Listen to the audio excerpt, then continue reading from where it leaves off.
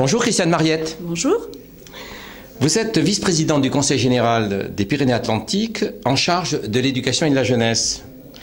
Pour la 6e année consécutive, ce Conseil général des Pyrénées-Atlantiques organise le Forum des pratiques numériques pour l'éducation. Et cette rencontre qui regroupe plus de 300 participants devient cette année EIDOS 64. Mais pourquoi donner ce nom de baptême après 6 ans ?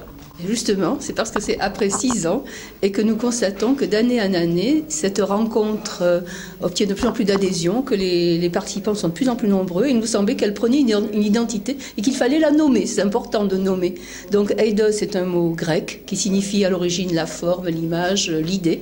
Et il nous semble important de donner cette identité, puisque ce sera ce lieu où nous espérons qu'on continuera à venir nombreux, où s'échangent les idées et évidemment où s'échangent, se travaillent, se développent les idées sur le numérique et ses usages. Alors, les lois de décentralisation confèrent aux collectivités territoriales, je dirais, la charge des équipements, du financement du matériel.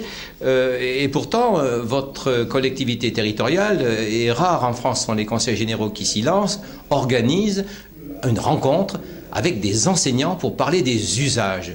Alors, vous êtes novateur. Pourquoi ce type d'initiative ? Parce qu'elle ressemble, cette initiative, à tout ce que fait cet exécutif. Depuis que nous avons l'exécutif, disons, de ce Conseil général, nous voulons travailler en partenariat. Il nous semble que les grands projets ne peuvent pas se mener tout seuls. Il faut que nous puissions travailler avec tous les acteurs. Et dans le domaine du numérique éducatif, le matériel qui est effectivement de la responsabilité collectivité et les usages qui en sont faits, qui est de la responsabilité de l'éducation nationale, sont indissociables. Donc il faut que nous travaillions avec l'éducation nationale et nous l'avons même fait avant la loi sur la refondation de l'école. Je crois que nous sommes là dans l'esprit même de la loi, puisque la loi dit bien que collectivité et éducation nationale se doivent de travailler ensemble. Alors lorsque Vincent Peillon défend l'idée qu'il faut faire entrer l'école dans l'ère du numérique, vous estimez, comme lui je pense, qu'il s'agit d'une démarche de coéducation avec les collectivités territoriales ? Totalement, de co-construction, de coéducation. D'ailleurs, dans ce département, nous lançons aussi un projet éducatif départemental. Le mot éducation, pour nous, et là aussi nous rejoignons Vincent Peillon, ne s'applique pas seulement au scolaire, il s'applique à toute la vie. Et nous allons travailler dans ce domaine avec l'éducation nationale, comme avec les associations d'éducation populaire. Ce projet du numérique entre dans notre projet éducatif départemental. Alors justement, votre projet éducatif départemental donne une place, je pense, importante au numérique. Est-ce qu'il y a des axes de développement prévus ? Alors, nous développons dans le domaine numérique, nous développons 3 axes. D'abord, l'équipement de base. Bon, il y a les réseaux, bien sûr, il y a les matériels. Il y a ensuite la sensibilisation donc aux pratiques. Et il y a toute cette partie de travail en collaboration avec l'éducation nationale sur les usages. Ce que nous allons essayer de développer de plus en plus, et ce dont je parlais tout à l'heure, c'est le contrat numérique. Nous savons que l'outil en lui-même ne signifie rien si on ne l'utilise pas. Et qu'il ne sert à rien, et d'autres départements en ont fait l'expérience un peu coûteuse, il ne sert à rien de doter systématiquement tous les établissements d'un équipement standard voulu par l'exécutif du département si les enseignants n'en ont pas envie, n'en ressentent pas le besoin, n'en voient pas l'utilisation. Donc nous avons développé des équipements à la demande.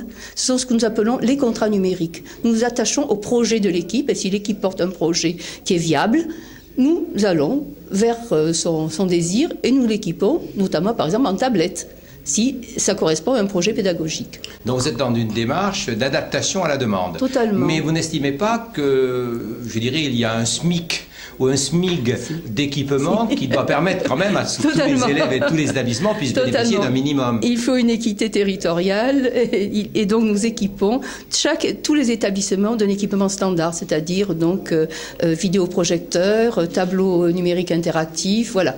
Ça, tous les établissements ont leur équipement standard. Mais ensuite, quant aux équipements spécifiques, certains logiciels, certaines tablettes, etc., nous le faisons à la demande pour que les enseignants et les élèves aient vraiment ce qui correspond au projet qui est porté par l'établissement. Alors bon, pour faire en sorte que le numérique entre véritablement dans la classe, certes il faut du matériel, comme vous l'avez dit, certes il faut des usages, mais pour que ces usages se développent, il faut quand même que les dimensionnements des tuyauteries, des autoroutes, permettent de faire en sorte que ce soit possible. Or avec aujourd'hui l'usage de vidéos, du transmédia, des images, la dimension des tuyaux s'accroît. Comment vous avez réagi à cela ? Nous avons à l'horizon, je crois 2017, l'ambition d'avoir fait cesser les zones blanches. Il faut que le très haut débit soit accessible dans tous les points de notre territoire. Et nous envisageons, justement, par exemple, dans le cadre du plan collège numérique, nous envisageons d'aider les familles d'élèves qui sont dans des zones blanches à s'équiper, s'ils n'ont pas la fibre optique, à s'équiper en équipement de type WiMAX, etc. C'est-à-dire, et de le faire gratuitement, bien sûr, de manière à ce que l'équité territoriale soit bien établie. Alors, équité territoriale, numérique, c'est pour permettre la réussite effective de tous ? Le numérique a profondément changé notre société. Il faut avoir accès au numérique et maîtriser les codes du numérique comme nous maîtrisions autrefois la lecture. Donc, il faut effectivement que nous aidions chaque habitant de ce département à maîtriser les codes numériques, à maîtriser l'outil numérique. C'est un de nos objectifs. Merci beaucoup, Madame la Vice-Présidente. Merci.